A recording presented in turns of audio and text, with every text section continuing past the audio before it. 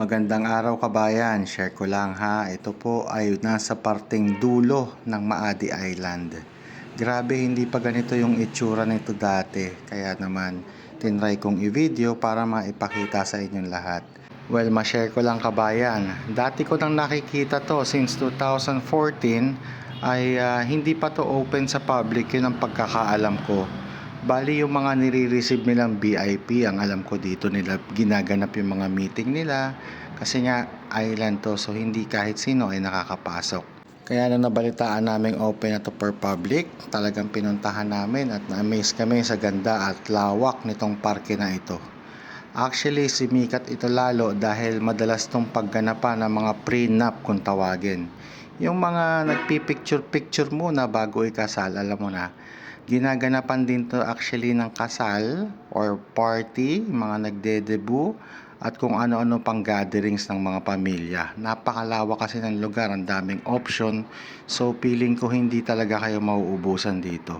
So sa mga interested na pasyalan ang lugar nito, Maadi Island po ang pangalan niya. Nasa comment section po ang eksaktong link. Ilalagay ko na lang po dyan para madali ninyong makita. I-click nyo lang po yun para naman makita nyo yung exact location ng Maadi Island.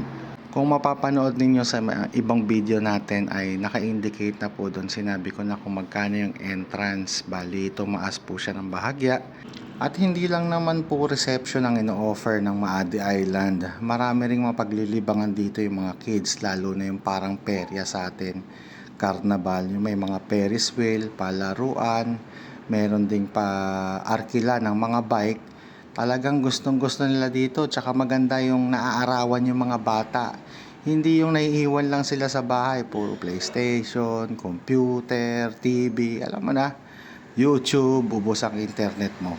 Yung grilled chicken nila doon sa pinaka-entrance, actually paglagpas mo ng tulay, yun ang most recommended ko mga lods. Pag in-order mo yun, minsan inaabot ng 1 hour sa tagal, pero sulit, napakasarap, promise. Kaya naman sa mga bago po dito sa page natin, meron din po tayong TikTok, meron din po tayong YouTube. Pare-parehas lamang po ang pangalan, type nyo lang Pinoy sa Cairo, Egypt. Huwag pong kalimutang mag-follow. Sa YouTube ay mag-subscribe, yun po ay libre. At sa TikTok, dahil kung naka-follow po kayo or naka-subscribe sa YouTube, ay ma-notify po kayo kaagad kapag nag-release tayo ng mga informative video katulad po nito. At maaring makatulong sa inyo or sa kamag-anak or sa loved ones ninyo para may maisuggest kayo ng mga lugar na pwedeng puntahan kung sila ay nasa Egypt. Sa mga kabayan naman na may mga suggestion at gustong imungkahi, mag-comment lang. Huwag po kayo mahihiya at wala po itong bayad. Sa mga gustong magpa-shoutout, ilagay nyo na lang din po dyan sa comment section at try nating isingit sa mga short videos po natin.